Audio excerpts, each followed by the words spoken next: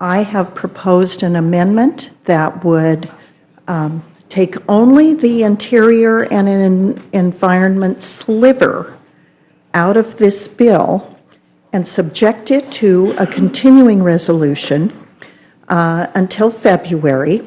It appears to the western states in particular, and people that are very concerned about the Interior Department and EPA components of this bill, that the position that the negotiators took left the western states and coal-producing states and natural resource issues on the negotiating table in a way that was a greater sacrifice than any other component of the bill.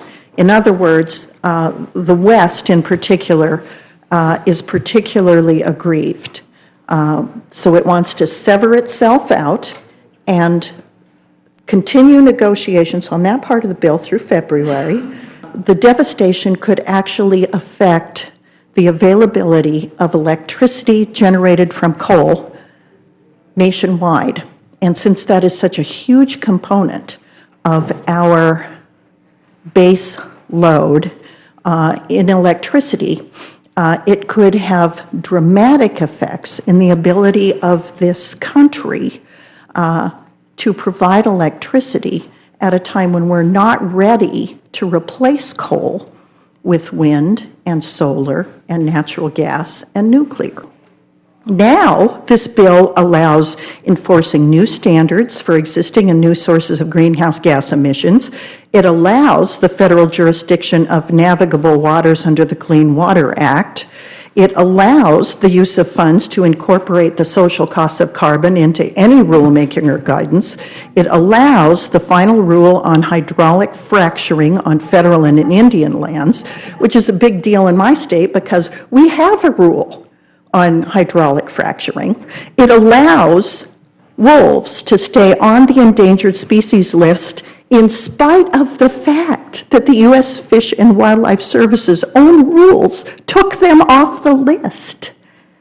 So this preempts the U.S. Fish and Wildlife Service rules that delisted them.